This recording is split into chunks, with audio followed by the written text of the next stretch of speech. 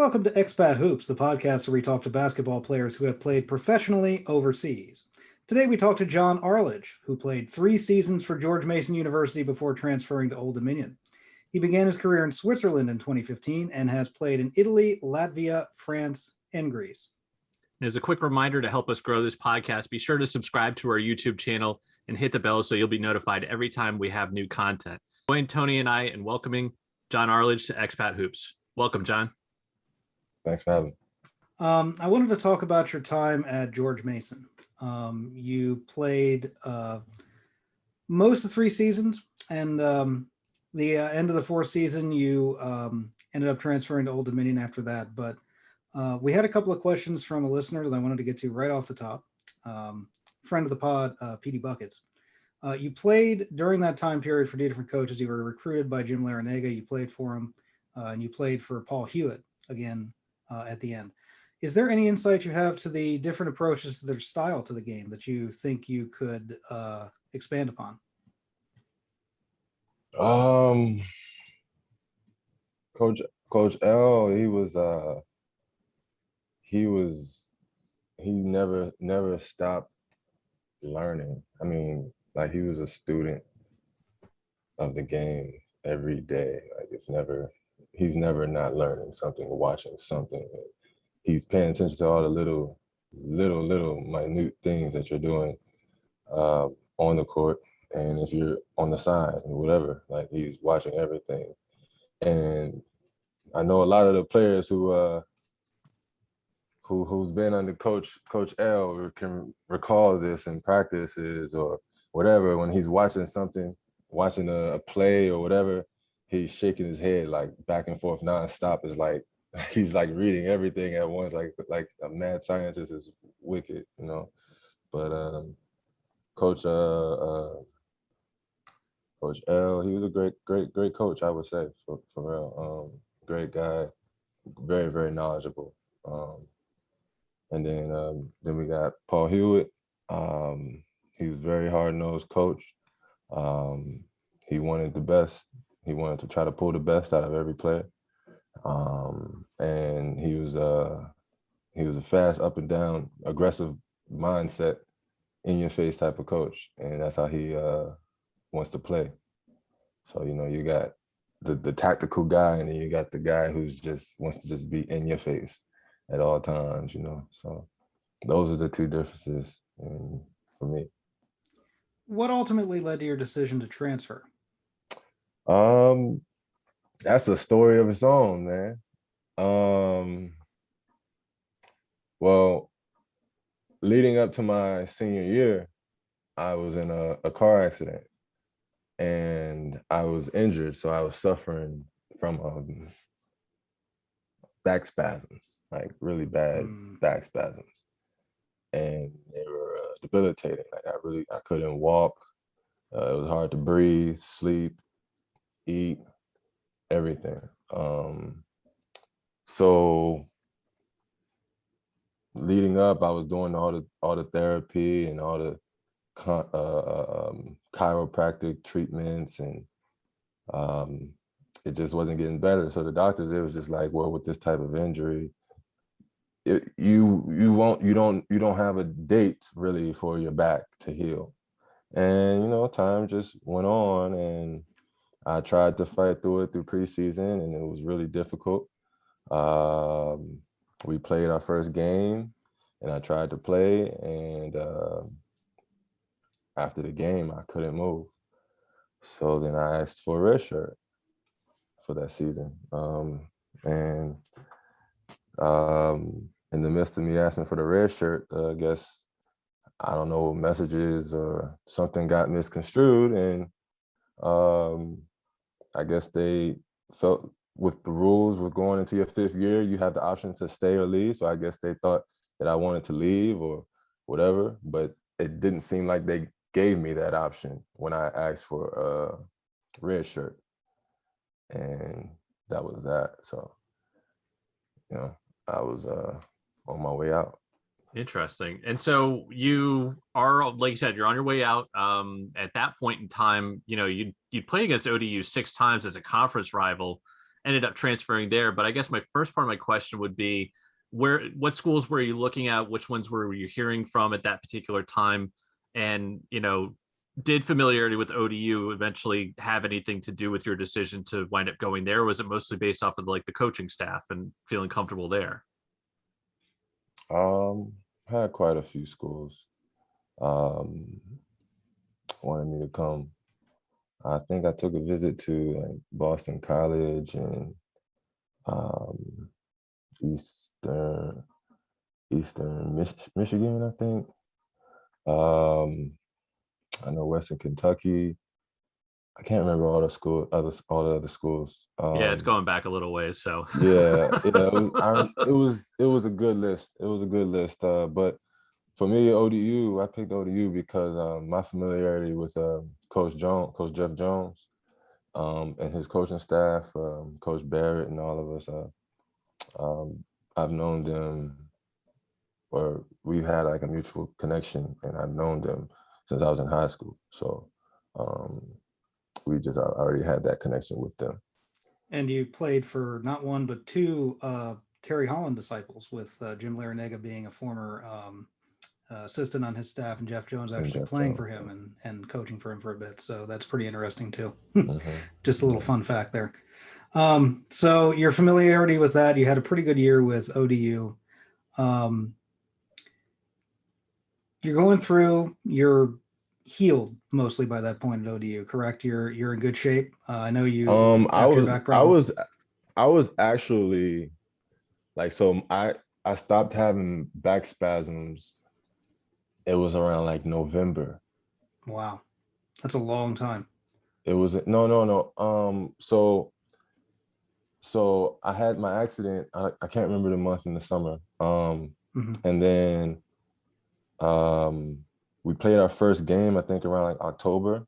And then my spasms stopped around like November. Okay. So it was the year that you were looking for the red shirt. So like Mason. I was actually asking them for time just to rest and just relax and let my back heal. But it's how college is, I guess. I don't know. But yeah, it is what it is. It worked out for us all. Yeah. And so you play a good year. You finish up at Old Dominion.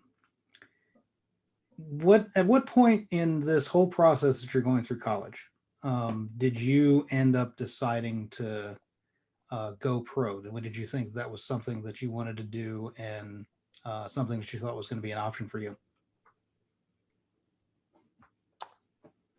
I always wanted to play pro. I started out as a football player. I wanted to be a professional football player. And then I started playing basketball. So it just switched over, and I wanted to be a professional basketball player. And I don't know. I felt like my game fit the pro game better than the tactical college traditional way it was when I was playing. Now it's much different. Yeah, I want to say, like, looking back on your freshman year, you didn't really play a lot, which obviously I know that some of that is depth of the team. The teams on Mason at that particular time were really loaded, but also Larinaga didn't really play a lot of freshmen. Yeah, but at the same time, it's sort of like one of those things where there's probably a learning curve to it. So you pretty much are gone 1 year at that point, and so that's probably something, especially as a big, that probably was a little bit of a transition as well, right? Yeah. Because like I said, Coach L, he's like a mad scientist when it comes to basketball, and you got to be very intelligent to play under him. And most freshmen who come in are not that experienced to play under Coach L and at his level of acceptance. So that's just it comes with it, just the experience, coming in as a freshman and his level of acceptance that he wants to see on the floor with his name on it, So um, it's understood. Yeah. So you're at Old Dominion at that point in time. You're finishing up, and you thought that you might want to go pro, but in terms of actually putting it into execution, what was the process like for you? Trying to find an agent, was that something that you were able to go to the coaching staff at Old Dominion, or was that something that you just kind of found on your own as you were looking to go professional? So all my coaches who I played for, they know how skilled I am, and was and is, whatever. But so they knew where my game fit most. And over the summers, I would train with a bunch of pros. So their agents will be in and out of the gym.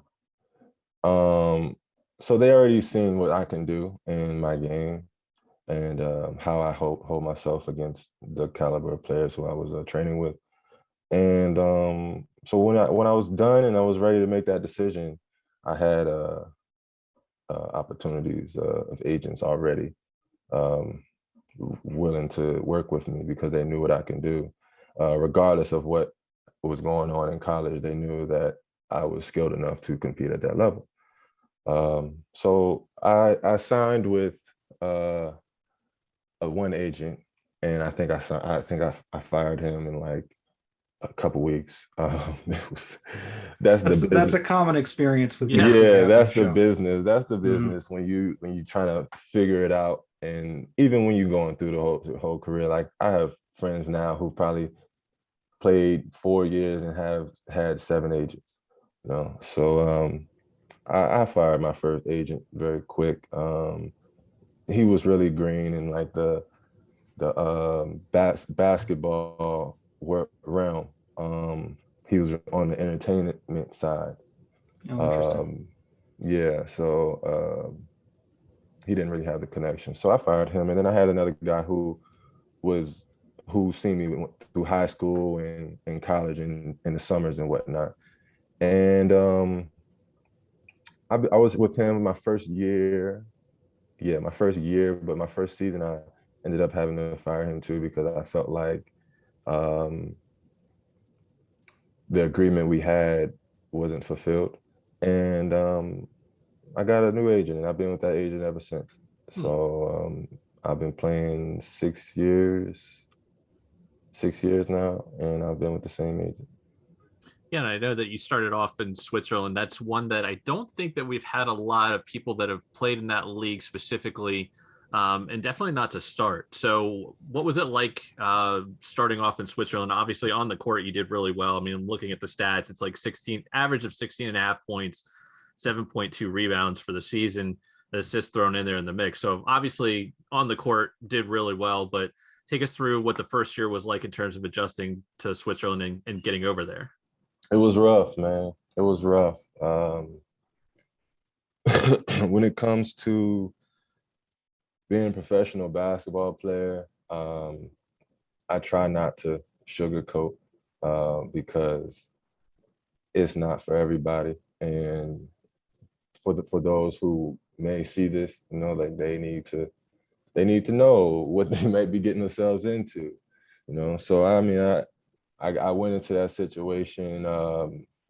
I competed in a summer exposure camp in Las Vegas, and I was coming off of an injury. So I got injured in ODU in the playoffs in the conference tournament. I got injured, and I was playing through it or whatever. So then I was recovering and preparing for this summer exposure thing, Worldwide Invitational in Vegas. And there was a draft for it. You had to get invited to even get drafted. And then there was no guarantee that you would even get drafted. So I got picked, I'm thinking like the last round, which was like the third round. And there was a lot of scouts there, a lot of scouts, a lot of agents. And it was during the same time as the NBA Summer League. So there's a lot of people in town. And I managed to come out of there in first team. So that really put my name in a lot of mouths. And me being green and naive to everything, you know, I ended up signing my first deal in Switzerland for like 1,500. And mind you, 1,500 a month. The currency in Switzerland is the Swiss franc, and the equivalent to that to the dollar is like 3 times more.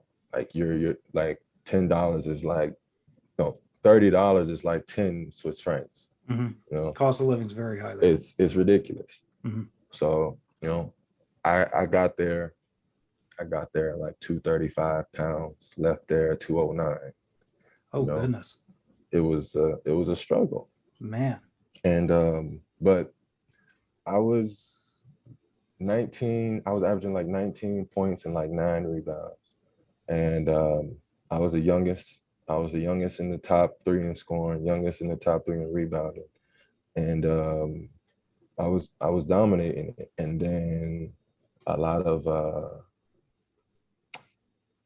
corrupt things started happening.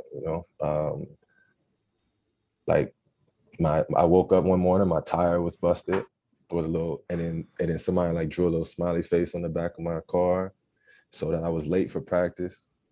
And then I'm late for practice, so then they're like, "All right, we're gonna fine you. We're gonna do that." I'm like, "Whoa, what is what is going on? Somebody popped my tire, like, why are y'all talking about y'all want to fine me, this, that, and the third?" So a whole bunch of other stuff was going on, and they ended up trying to take the ball out of my hands, and that's when my averages started going down. There's a lot of things that happen, a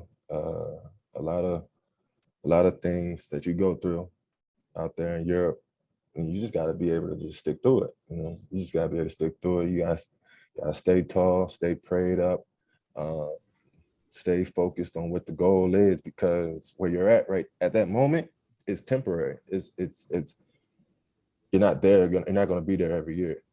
So you just gotta fight through it when you're in a tough situation. You're gonna get homesick. You may go through your bumpy roads where you do certain things to get by or whatever, but just don't do anything that's going to jeopardize your career, and just stay focused and fight through it, because you can end up victorious at the end. It sounds like that was quite a struggle, especially with the the weight loss part, which I'm assuming you didn't have much money to make ends meet. Didn't eat as much as you needed to eat, even as a 19-year-old. But you ended up in Italy's second league for a couple of seasons. First for Latina Basket, then for Piacenza. Can you tell us about your experience in Italy and how that was hopefully better for you? Yeah. So that's my agent now. He's Italian, Mario Scotti. So he's based in Italy, northern Italy, and he got me those 2 jobs coming out of Switzerland. It's not often that people get that type of job coming out of Switzerland. At that time, people in the second league in Italy are making just as much or more than people in the first league. So I got there, and I'm like, all right, finally, like, like I went from getting 1,500 a month. Now I'm out here sitting, I think I'm rich. I got 5,000 a month now. I'm good. I'm good now. But no, it's that jump from my first year to my second year, that was major for me, and I was very excited to show what I can do in that season. I think I did a really good job in that season. Yeah. So during your 2-year stint in Italy, what was the decision like? I guess, you played the first season. Were you hearing from other clubs in other countries at that point, going into your second season in Italy, or were you just make the decision, I want to stay in Italy? Yeah. So, excuse me. Yeah, I had some offers, Germany and Eastern Europe. I had some offers after my first year, but the offer in Italy that I got for the second year. It was a good situation, and I needed to take it. It was Yeah. just, it was better than all the other ones I had. And especially after coming off the Switzerland experience, I'm sure you probably wanted to have some stability and not only make the money, but also to be able to stay there and say that, this is what I'm used to, and basically have 2 years of some and level. Then it's like you get another year to be in Italy. It's like how could you pass that up? Well, that's actually kind of where I was going to, is like, during your first 3 years, probably not so much in Switzerland, but with Italy, what were some of the things that you would do off the court in terms of you get to travel, things like that? Yeah. So Italy has tons of places you can go. Like you will never be like Rome and Milan and Venice. Those aren't just the only places. Like there are so many other places you can go in Italy, and you'll come up to a small village or town or whatever and get some amazing food. But when I was in Latina, Rome was my spot. It was like a 30-minute train ride, and I just go to Rome and have a nice meal, or walk around, have some gelato, and then I went to Piacenza, which is northern, and that was like another 30-minute train ride to Milan. So now I got Milan. Now I'm experienced the northern side, Milan, and then you got Cremona, where my agent is, and you got man, you got a lot of Como, Lake Como. Oh yeah. Yep. So you got a lot of places over there in the north side, and then you got Rome on the mid south side, which is the pasta, the food, the cooking in the southern Italy is amazing. Yeah, there's Stanley Tucci has a whole show about Italian food on CNN. I'm sure that you could probably have your own show if you wanted. Man, I love pasta. That's my favorite food. And then put me in Italy, I'm in heaven. Well, you definitely got yourself back in shape after the skinny in Switzerland. That's for sure. You ate just fine. yeah, for sure. I made up for all the meals missed. So you ended up in Latvia the following season. Following Campbell has also played for this particular club. I'm going to butcher this. It looks like Ventspils, but I know that it can't be right. It's as simple as it is spelled. Really? Yeah. Wow. Okay. Ventspils it is. Yeah. All right. So in Ventspils, what was your experience in Latvia like? You left Italy. I'm sure the weather wasn't quite as good, but perhaps there are some positives that you could glean from that. Yeah. It was Champions League. That helps. Yeah. So that's why I really jumped for that one. And Latvia is different, When the sun starts going down and it's dark at 4 p.m. Sun starts going down and it just doesn't come back up again for months. Yeah, it's dark at 4 and you could try to take a nap and now your brain's all messed up and you think you late, you think you done missed the whole day. Like, I had many moments where I thought I missed practices, I missed games. I thought I devoured everything. Like, man, because that sun, that'll mess you up. But man, Latvia was fun, man. It was fun. It was a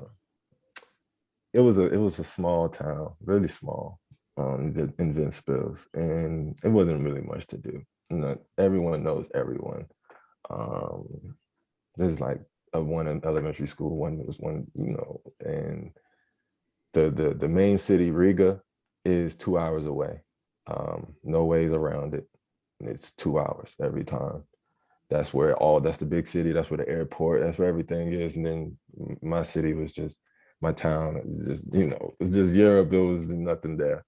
But we had a great time. We had, I think, about four Americans, and we made it as good as we can.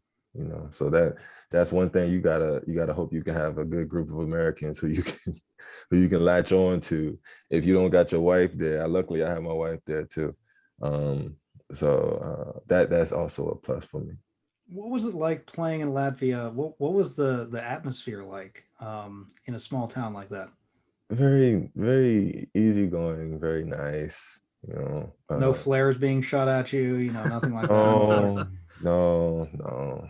Very easy basketball, easy time. Like they're just there for just the entertainment, you know. And it's not like Greece or like the Middle East, like Greece and Israel and Turkey and around there. It gets a little wild. It gets Yeah, a we've little heard. wild. It gets a little wild. But the fans are great. The fans are great, especially when we have our rival games against like Riga. The fans are great. I will say that. So after Latvia, you wind up in France's top league. Another club that's popped up for some of our past guests. I am also probably going to butcher it, but it's Cholet. Cholet, yeah. All right, I got it. So what was the experience like in France's top league playing for them? Amazing time, man. Amazing time. You know, going from having a great season that I had in the Champions League, in my first year in the Champions League, and then coming into playing in Jeep Elite. That's a big jump for me. And I did well. I did well. We had a great group of guys, and Pete, Jock, and Chris, and Jay, and Mike Stockton. Sure, I'm forgetting somebody. I don't know. I think I'm forgetting somebody. But we had a great group. We had a really, really good group, and we had friendships forever, I would say. And we did a really good job. We were supposed to finish last, man. We were supposed to finish last, and we managed to finish in the top four, I think, in the top four. And then they got the bid to play in the Champions League the next season, this past season that just passed. So that was really good and really big for me that I felt proud of. And you're also finding yourself in France as well. So off the floor, I mean, that we've heard from other people as well, the treatment in France. So that's why I feel like I can ask this question too, that you're not really exactly suffering off the floor either. So this is probably a little bit better of a trip for you as well. Where did you get to see the sights in France essentially? Yeah. I seen Paris. I did not get to go to Monaco though, man. COVID ruined that. COVID ruined our trip to Monaco, but I've seen quite a bit of France, you know, East Side, Strasbourg, North and Gravelines, Dunkirk. That's a small town right there. Dunkirk and Gravelines, that's that thing. Whew. That's like, it reminded me of Switzerland. And then my town in Switzerland, I think it was a village. We had like 1,200 people. Oh, wow. In the population. Yeah. Oh yeah, and everything closed at 6 in Switzerland. Nothing was open on Sundays. Yeah, that was rough. But France was amazing, man. We had a great time. Paris is as beautiful as it is hyped up to be. Yeah, it lives up to his reputation. Yeah. But the food, I will say, is overhyped. Shots fired. Well, there is actually, I don't know, I can't remember. I saw an article a few years ago about how like there's a downturn in like French cuisine, and that like they're even, I want to say that like even in Paris, a lot of the stuff is actually being like pre-made and it's not as fresh as it used to be. So that might be also in line with the timeline for you as well. I don't know what the reason was, but I know I've heard that. I will say that they hold the crown on the pastries. Well, yeah. They got that. That's cool. They take the pastries, but the food, I know they be trying to say the French cuisines is that, but Italians got them beat for sure. I think the Greeks got them beat too. Oh, that wow. Isn't surprising to me. Right. I love Greek food, but yeah. Yeah, it's not surprising, but you know, if we get some pod listeners from Europe, they might have some angry emails they're sending us. Send them to you guys, though. Yeah, exactly. We're gonna have to deal with the fallout from that. So you played this past season in Greece, correct? Yeah, I did. So what was, first of all, let's talk about what COVID did in the time in between seasons for you. Other than ruining your trip. Other than ruining your trip, how that messed things up for you. Yeah, which would have been nice. Oh Tell yeah, us and then about. we sorry to go back, I forgot to mention when I was in Cholet, we made it to the French Cup, and we was in Disneyland. We played our tournament in Disneyland. Oh yeah, that's cool. Remember we were supposed to finish last. Yeah, that's quite an accomplishment for a team to make the cup final. That's supposed to finish last in the division. That's for sure. Yeah, but Greece, you were saying? Yeah. So tell us how COVID affected this past season for you, and how the season went after that. Yeah, I'm sure I'm not the only one. Far On from it. Yeah, as far as preparing and training for the next season, um, it was very, very difficult and different trying to navigate and figure it out, like, because you can't go into the gyms no more. You can't, trainers probably don't want to train you because they want to be safe, and maybe, I'm sure maybe the players want to be safe. So training was very, very, it affected, I think it affected my approach in the season for sure, because I even tried to I tried to maneuver around the training and join the Canadian Basketball League in the summer, last summer. And I feel like that was a mistake also. I feel like I would have been better off running outside at home than going there, because when I went there, I had to sit for 2 weeks for quarantine.